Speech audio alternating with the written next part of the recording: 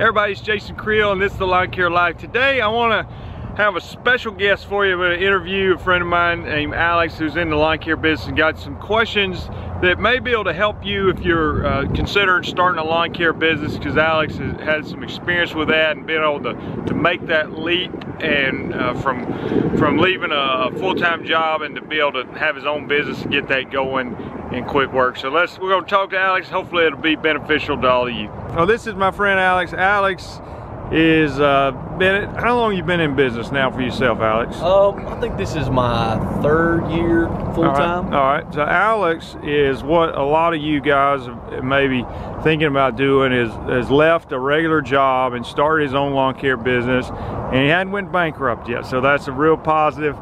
He's still going and growing and doing well. So I thought that might be helpful for some of you to me to ask him a few questions about that, because I know for many people they want to start on their own. Maybe they're doing it part-time, or maybe they got a full-time job and doing it on the weekends, and it is a little bit scary. So I guess, Alex, you're how scary was it for you to walk away from a steady paycheck to what we call a variable income? It was very scary, and it was not a decision that I made in one day. There was a lot of thought and a lot of talk that went into it with my wife, and also some prayer as well. You know, just wanted to make sure that was the right thing for us and the right thing for our family at that time. And it was hard, honestly, starting out. It wasn't easy. There wasn't just tons of money in the beginning. There still really isn't tons of money, but it was a hard decision. Yeah. All right. So looking back, let's say 3 years into it, would you say was it? I guess in simple, was it worth it? And then what have been, the challenges, and what have been, pros and cons? What's been, all right, this was really hard about it, but these things make it worth it, and why I like doing it? Yeah, some of the challenges I would think is just trying to occupy that downtime. Obviously starting out, there wasn't a full schedule, so just trying to find things to fill that time was difficult. But some of the things that make it worth it is I have a very flexible schedule.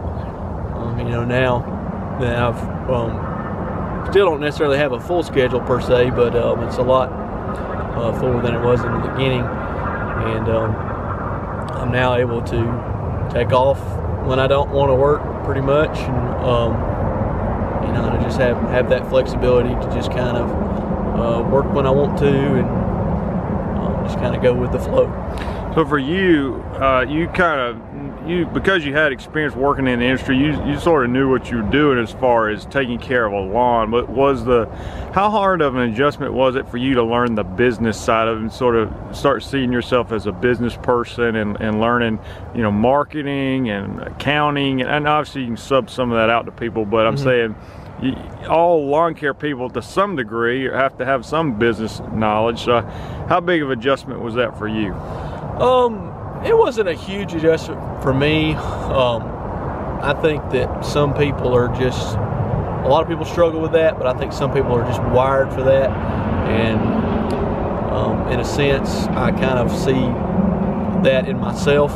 It's always just a constant thought in my head, just trying to think of ways that you could always do things differently and improve your business. So, I mean, it wasn't a big deal for me to have all that weight on you at once. I just think that I'm just kind of wired to just constantly be thinking of those things, and you just figure out, you just try to build the relationships that you need to grow your business, and to have that knowledge available to you, where if you don't know something, there's always a guy that you can call and ask questions and talk to about certain things, accounting, marketing, those sort of things. Yeah. So if you, one of the questions I get a lot is people that want to leave. They're nervous about being able to get enough customers to get started. So what did you do, and what's worked for you, and you know, what would you say to somebody starting out as far as marketing goes, and how do you get that initial customer base? Because it is a little scary if you're doing it part-time. You got 10 customers, and you think, wow, that's a good little side income on the weekends, but that's a long way from getting enough to really make a living. So what did you do, and what advice would you give to others? As far as growing from like what you said to just a few customers to something that can really you can really support yourself and your family on, my advice to that would be is my personal expectations was it would happen pretty quickly, and it didn't. It's really still not where I want it to be, but it's growing. So just don't expect it to just happen in a week or 2 weeks or a month or even a year. You know, I'm sure people have done it, but from my experience, it just takes time. And as far as marketing goes, I mean, in the beginning, when you're in that stage where you want to grow, but you're still kind of new and you're reinvesting in other things, my biggest thing was just word of mouth. I know everybody says that, but if you really put the effort into it and just talk to everyone that you know about what you do, and just really just talk about yourself, just talk about what you're doing, then word of mouth is really a true way to market your business. Yeah, I think that's a good distinction, because a lot of times when I hear people say word of mouth, it's almost like some magic thing that doesn't require any effort. Yeah, but it really is about the relationships. Exactly. If you put the effort into it, word of mouth could be a real way to market your business. Yeah. And it's not just, you know, you talk to literally everybody you come in contact with and tell them, hey, this is what I'm doing. Yeah. If I can ever help you, or if you know someone that I might help. That's right. Yeah. Sometimes people talk about it like it's some magic fairy dust that you sprinkle out there, and all of a sudden you're Fortune 500 lawn business. Exactly. So, but anyway, all right. Well, and I want to say this quickly. We gotta get to doing some work, but Alex is a regular attender of the Lawn Care Life Conference, a supporter of that, and it's somebody that has been to both of them, and I twisted his arm, made him come back again. But what do you think, for people that never been before, you know, what is it, something that you get out of it? How do you think these kind of events help encourage, motivate, and educate people?